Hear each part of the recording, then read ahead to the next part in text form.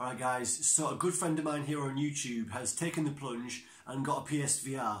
Brad, Pro B-Man 5, been friends for a long time, and he's told me today he's got his PSVR, and I said I'd make this video for him and for anybody, just to put out some recommendations for new PSVR owners.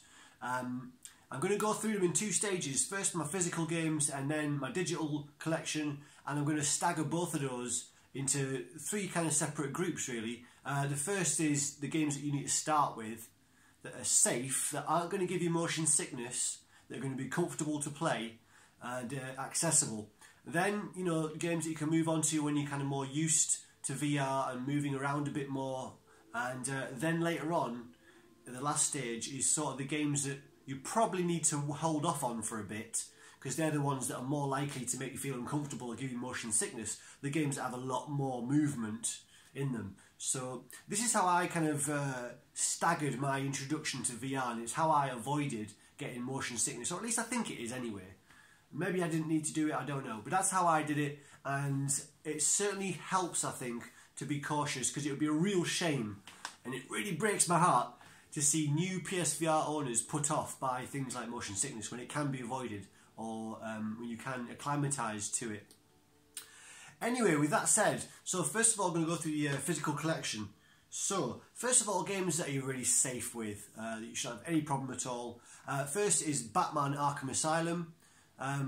So this is it's fairly short, but it's really impressive. There's very high production value, so it looks the part, but you're stationary for all of the kind of scenes that you're in. And you're doing different things in each scene. There's some detective bits, there's some combat, there's you know, dramatic scenes. It's just all round really impressive VR experience, and it certainly will enamour you to the medium, I would say. So Batman Arkham VR. Next one is Job Simulator. This is just really fun, simple game. There's only really one, maybe two buttons you need to know. It's just interacting with objects in front of you and putting them together and making funny things happen. And there's a lot of character to the game, so it's just lots of kind of experimentation and freedom to just mess about with everything that's in front of you. And again, you're static, so very comfortable to play, very fun. A really good one to show off to people that don't know anything about VR, and also to people that just haven't really played video games in general. It's so simple and intuitive, just reaching out, picking things up, and trying to interact with things and mix things together. It's really intuitive, and it's a good one to begin with. So Job Simulator, good for the kids as well. Next one is Until Dawn Rush of Blood. So this does have movement in it. You're on a roller coaster, so there's a slight chance of feeling a bit queasy, but in this game I think it helps the feeling of realism, because just like when on a roller coaster, when you go down, you do feel that kind of that motion of the roller coaster dipping. You get a similar feeling on this when you go down the dips, and it adds to the immersion. But for the most part, the train that you're on is moving along really slowly and steadily, so that's not really a problem. But it's just really immersive. It's one of the games that does arms really well. You have your entire arm, in fact your entire body is in VR, and as long as you're calibrated and sat correctly, you know, it works really well. Just to see your entire arm moving around exactly as they actually are. And yeah, it's a shooting gallery, one of many on PSVR. Of course, the medium lends itself well to light gun games, is effectively what it is. There's a lot of really, really good. It's the next evolution in light gun games. Yeah, it works fantastically, and this is one of the best examples. Spooky, genuinely scary at times, and the shooting is just really accurate and really fun. So Rush of Blood. Next one is Eagle Flight. Again, there is movement in this, but I haven't found it to cause any motion sickness. Again, I do have my VR legs though, so I don't know what this would be like for someone brand new to VR, I don't know. But it's pretty chilled. It's really kind of an exploration, flight sim. You can just play it very, very relaxed and just exploring this kind of futuristic, dystopian, abandoned Paris. Or you can play the missions. There's also story mode, there's missions, there's various different ways of playing it. There's even multiplayer as well. But yeah, this is a really fun game. Very simple again, so it's easy to get into. all you're doing is just moving your head around and using the triggers for accelerate and brake. So really simple to play, but really quite fun. So Eagle Flight, I can definitely recommend that. Next one, Brad, you did say you want Farpoint, and that is a good choice. If you're getting Farpoint, I would recommend getting the gun to go along with it, the aim controller. But you know that's a bit more expense. I don't know how much you want to throw into VR right off the bat. I mean, you've just got the system, that's quite expensive, so I don't know. But yeah, it definitely plays better with the gun. That feeling of holding up a gun that feels in your hand exactly as it looks in the game, physically, and being able to look down the sights and aim at the enemies, it's just another level of immersion. I mean, it works fantastically. The movement is smooth as well. Once you've got used to the controls, it's really intuitive. I didn't get any motion sickness from this at all. Neither did my girlfriend, actually, and I think this was the very first VR game she ever played. So that speaks well of it, actually, in terms of comfort. But yeah, there's now a really good multiplayer aspect to it as well that wasn't there at launch. It's now got PvP. It had co-op at launch, but it's now got PvP. So Brad, we can try and kick each other's asses on Farpoint at some point. It's a really good proof of concept. They did a fantastic job on this, and I really, really hope that the studio manages to get a Farpoint 2 out there now that they've got this platform to build from. And you know, they've got the code in place, they've got the engine in place. They could really hit the ground running on a sequel, and I hope they do that. So Farpoint, yeah, good choice. You already said you wanted that, and you should definitely get it. This next one is one of the most standout gaming experiences I've ever had in my life. Easily top 5. I don't know if it would make my top 5 games of all time if I'd played it on a TV. I don't know. But as a VR experience, it's unparalleled currently for me. And that is Resident Evil 7. You know, I've spoken about it a lot before, but I'll mention briefly. I think that fear is a very good emotion to play on in VR. You know, we are easily scared. It's evolutionarily to our advantage to be easily scared or easily wary of threats, you know? Being able to see a face amongst the reeds in the bushes, it pays to be alert. Fear is a good motivator to keep you alive. Anyway, with that in mind, I think that fear is an easy emotion to access through media. That's why, you know, we get scared by watching films, even though they're blatantly on a screen in front of us and there's no danger at all. In VR, that feeling is ramped up tenfold. You kind of feel like you're there, obviously suspension of disbelief notwithstanding. You know, like I've said, with all VR, you need to meet it halfway and appreciate the technical limitations of the medium, but also allow yourself to be taken by the experience to the point where, you know, it has the desired effect. Anyway, it shits you up, basically, is what I'm getting at. For the first few weeks of owning this, I couldn't play it in the house alone. I had to wait until my girlfriend was in the house, sat in the room, so that I could have someone to talk to whilst playing it. That's how scary it was. But I broke my duck and finally got used to it to a degree and was able to play it on my own, and I just powered through it in about a week when I finally did kind of grow the balls to play it on my own. Yeah, and it uses the Move controller. So, the DualShock, it uses the DualShock, and it's actually quite surprising, really. Having been so impressed by the immersion with a lot of games that use Move controllers, the fact that this immerses you so well, even though you're using a DualShock and you haven't got your hands free, you know, as points of reference in the game, it's still is so immersive. It's a testament to how well it plays. I mean, it helps that, of course, it's a high-budget game. The graphics are high fidelity. It's one of the best-looking games on PSVR because, of course, it was developed as a AAA title to be played on the TV as well, of course. So it's had a big budget. But it shows what's capable of being done in VR. So, you know, it's a shining light for what's possible. And it's fucking fantastic. I can't say enough good things about it. Yeah, amazing. The next one, this is another big hitter, and I'm so glad this came to VR. We needed a big, epic adventure. We've got lots and lots of mini games. We needed something to sink our teeth into, and we got it with Skyrim VR. You know, like most games that you can use like most games that you can use move controllers with, I would say this is best played standing up. There's not a huge play space. You've got about maybe 1.5 meters square to play with before it clips and kind of recenters you or something like that. But it's still definitely more fun to be stood up and swishing your swords around and blocking and, you know, throwing your fire out with your hands. And yeah, it works fantastically. And you know, the click turning works brilliantly. There's various comfort options that allow you to play this to your preference. You know, I said I have my VR legs and I don't get motion sick. One thing that actually has made me motion sick is smooth turning on Skyrim. They added smooth turning and a lot of people wanted that, but it just does me in.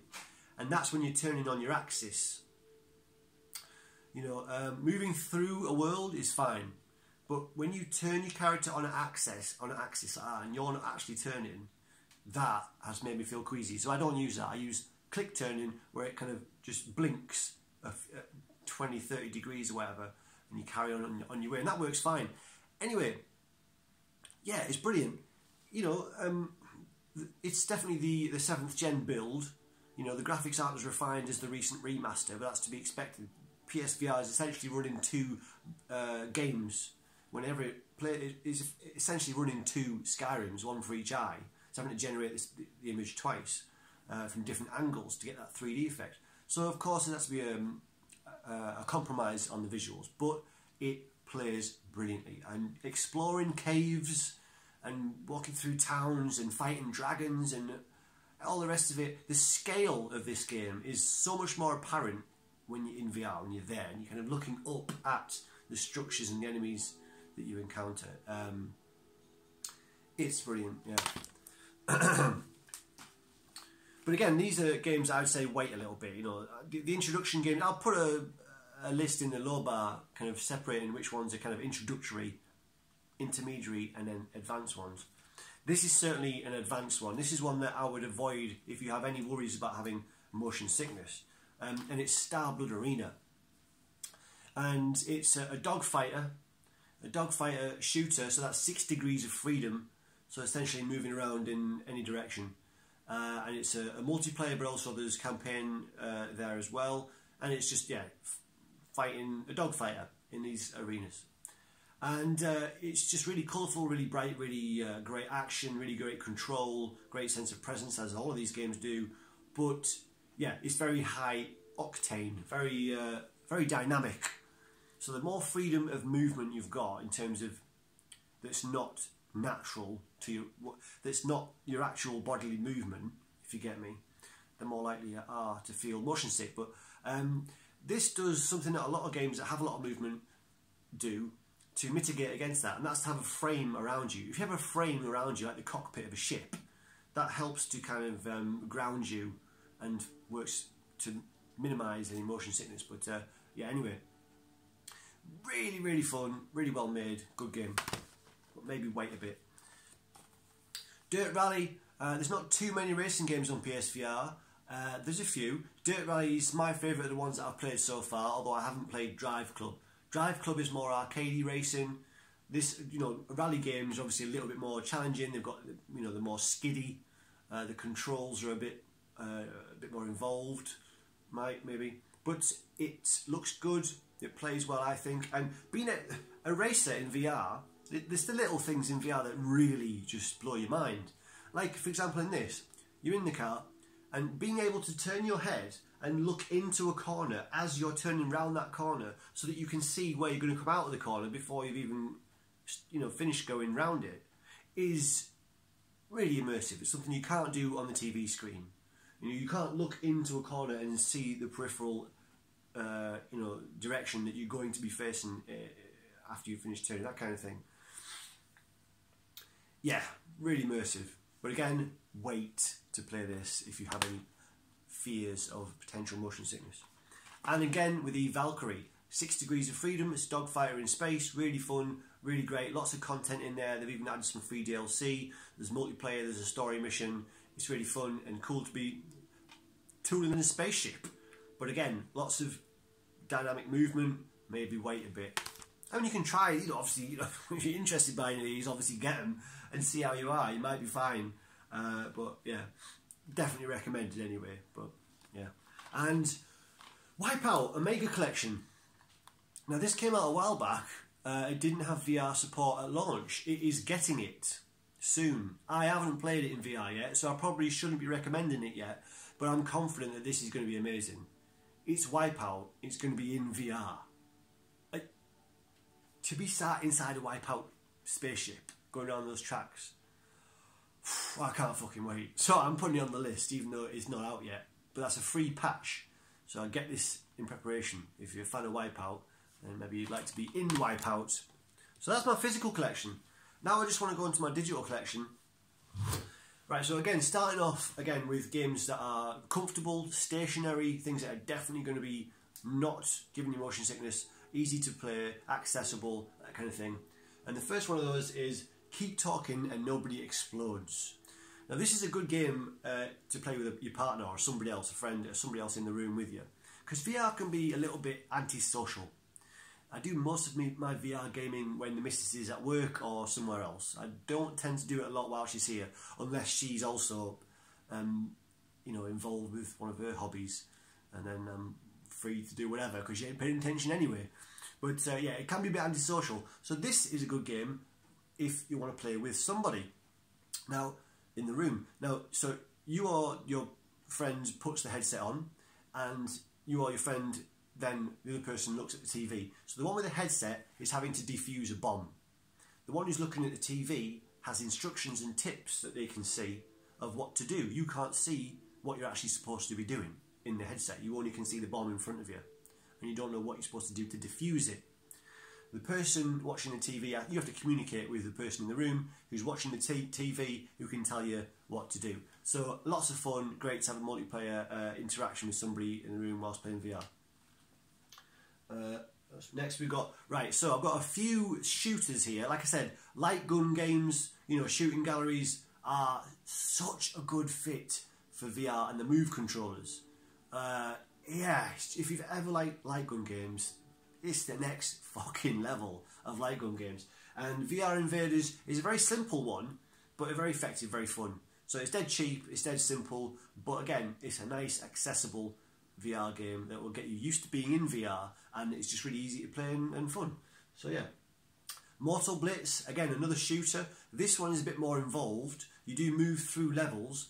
I have to say that VR Invaders, you're stationary, and you just fire at enemies that are coming towards you, whereas Mortal Blitz, you're actually moving through levels, and you can use...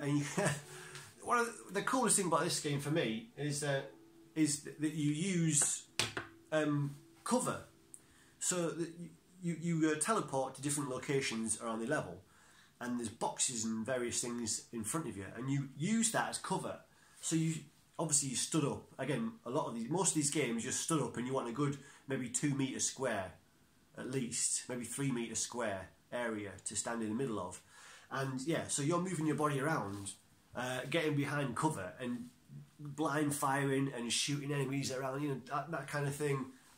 So immersive, so good.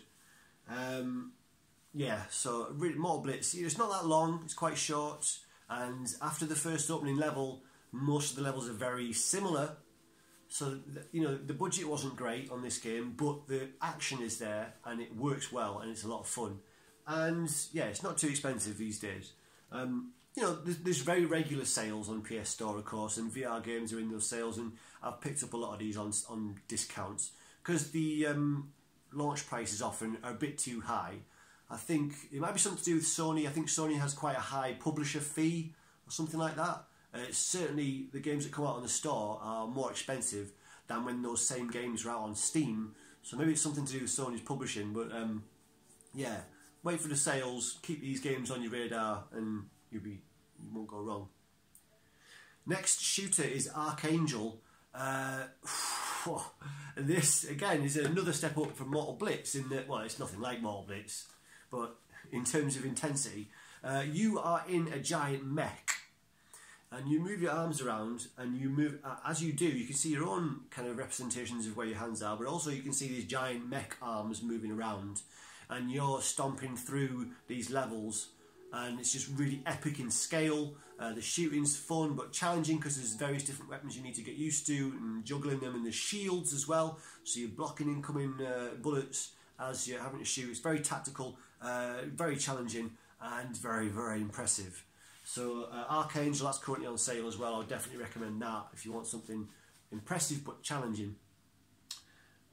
Right, next is Polybius. Now this is a kind of what is this? A shooter? Is it kind of? It's a shooter. It's not a racer. It's a shooter in which you control a little ship that is flying through these 3 psychedelic levels at ridiculous speeds. It's super smooth.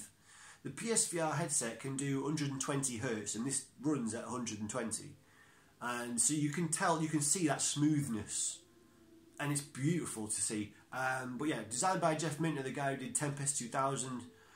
It's really psychedelic, very simple looking, but really fun. Is it a motion sickness threat? I don't know. Maybe it is. I don't know. I recommend it as something to try out anyway. I Expect You to Die is a kind of it's inspiration from James Bond, but it's an escape the room game basically. So you're in various locations and you have to puzzle your way out basically. There's loads of stuff around the room you have to interact with and find secrets and you know, trigger various you know, developments. It's an escape the room game. It's a puzzle game. Again, it's stationary, so you're not going to have any problem with comfort. Very nice little fun game. Yeah, I really enjoy I Expect You to Die. It's cool. Holoball is another really simple game, really accessible, and a brilliant one to start off with. It's one of the, I think it's the first VR game that I played after I bought my own headset. And it's just, you're just holding 2 panels and you're just batting this ball back against a wall. You can do it just against the wall, or you can do it against an AI opponent. And there's various levels of difficulty. And again, very, very simplistic, but very accessible, very fun, very intuitive. So it's a really good one to start off with. And again, very cheap.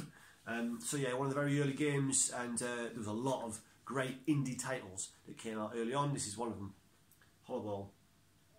Sparc feels a little bit like a kind of big brother to Holoball, in which, and Brad, you know we're going to play this. This is fantastic multiplayer.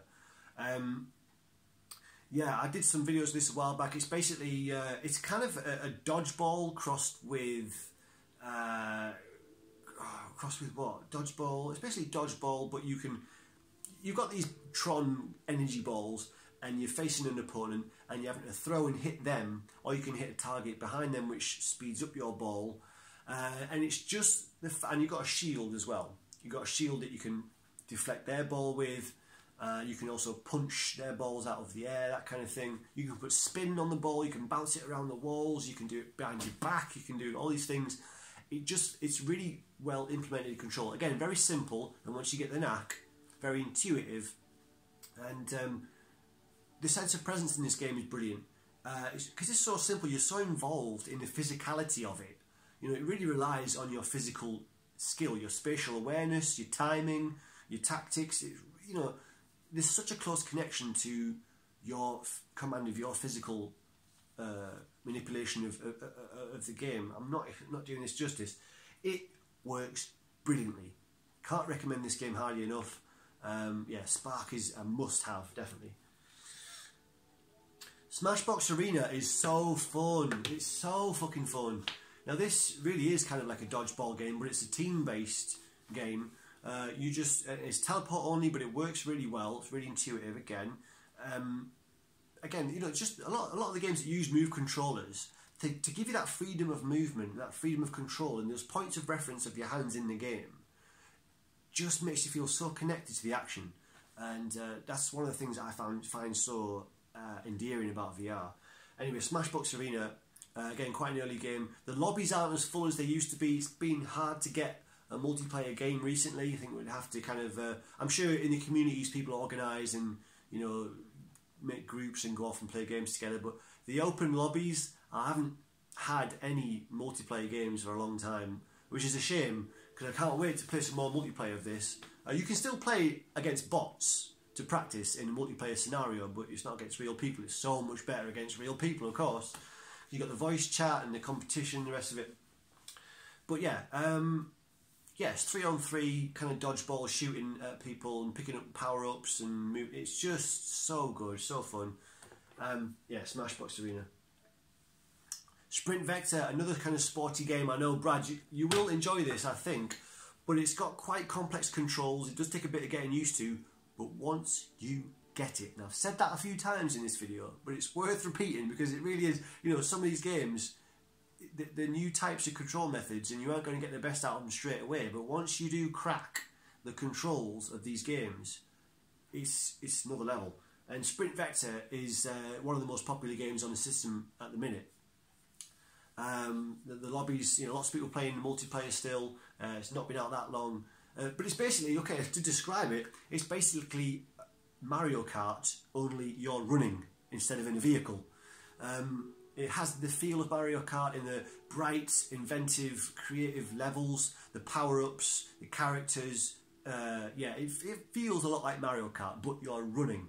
And the way you're doing that is literally just pulling yourself through the levels like this. You just, this arm motion pulls you through the levels and you're kind of running like this.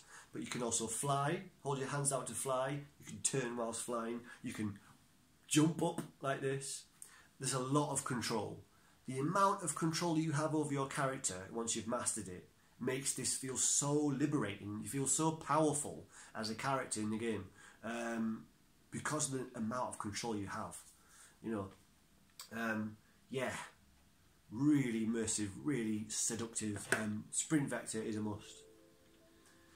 The Pierhead Arcade, called Miscellaneous Games on the end here. Pierhead Arcade is a collection of very simple, you know, Pierhead games. You know, the type of things like whack-a-mole, or, you know, shooting the basketball, or even there's a bowling alley. Very simplistic arcade, physical, you know, attraction type games. There's like 10 or 12 of them. And most of them are quite fun. Again, really good competitive, kind of sporty kind of games that'll keep you fit. And you know, there's leaderboards, so it's quite addictive to try and get better scores and try and beat your friends' scores. There isn't multiplayer yet though. Hopefully they'll add it. There was multiplayer on the PC VR, and all of the games, all of the arcade games in this have 2 of each together. You know, when they have the basketball, there's 2 basketball nets. When they have whack-a-mole, there's 2 sets of whack-a-moles together. It's supposed to be for 2 players, at least. You're supposed to be able to be there with somebody doing it. I really hope they add it. If they do add that, I'd say this is an essential purchase.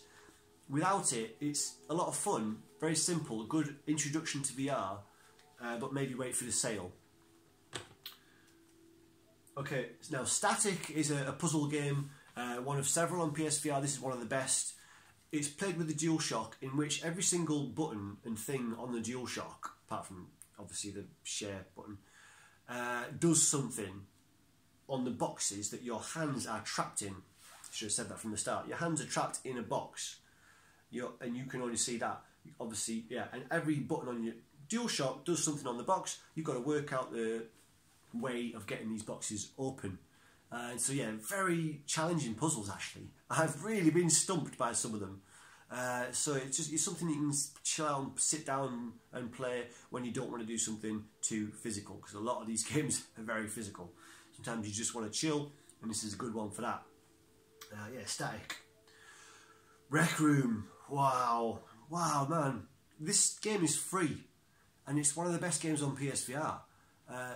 Why is it one of the best? Well, because it's got a range of different games on there that are all equally well implemented. Very simple. Again, it seems relatively low budget. The graphics are quite simple.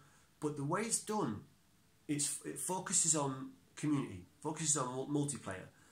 And it has a brilliant atmosphere, has a brilliant sense of that community in there. And the selection of games that it has are really, really fucking fun. There's these quests that you go on where you've got swords, bows and arrows, guns, and you're just going through these levels with 2 other players and just trying to make your way to the end. Just a quest against, you know, AI bots and that kind of thing. Those are fun. There's also sport-based games as well. There's paintball, which is brilliant. Yeah, the physics in the vast majority of the games work really well. So yeah, it feels really solid. Paintball's definitely one of my favourites. So this free game, you've got to get it. Everyone's got to have Rec Room on PSVR. And they're adding more and more to it all the time, so God knows where it's going to end, but this is already an essential purchase. It's free, just download it.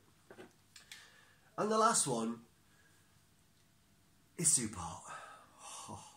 Superhot VR is a Matrix simulator. It's another shooter using the move controllers, but the key difference is, and the unique feature about it, is that time only moves when you move. So you can be stood there stock still and you see the enemies in the level and they're still as well until you start moving, and then they start moving. Or if you shoot, they will move relative to you shooting, sets off at them being able to move, that kind of thing. Anything you do, moving, shooting, attacking, will allow them to move at the same time. So you can obviously use that to your advantage, tactically pausing and moving in certain ways, dodging bullets as they fly past with trails past you. Lots of content, lots of levels, story mission, challenge missions. Oh man. Yeah, again, it's another one that makes you feel really powerful. Like Sprint Vector, the way that this game lets you control the world that you're in makes you feel really powerful. So it's a Matrix simulator. What else do you need to know? It feels like you're in your own John Woo film. Very simplistic graphics, all white, black and red, but again, the physics are brilliant. Again, there's cover that you can kneel down behind and hide behind, and that sense of presence is added to by that. Yeah, easily one of my favourite games of all time, not just on PSVR. So that's it, Brad, and everyone else who's new to VR. That is my current top picks for new PSVR owners. Again, some of these you maybe want to start off with, some are intermediate level, and some you should wait to play until you feel like you've definitely got your VR legs. But that's just, you know, a bit of advice. You might be fine. Some people might just be able to go head first into the most dynamic VR games and not feel a thing. I don't know, but I didn't want to risk it, so this is how I staggered my approach. But that's some suggestions. Anyway, guys, yeah, and Brad, enjoy your time in VR, and I will see you on the Sparc court. Alright, bye-bye.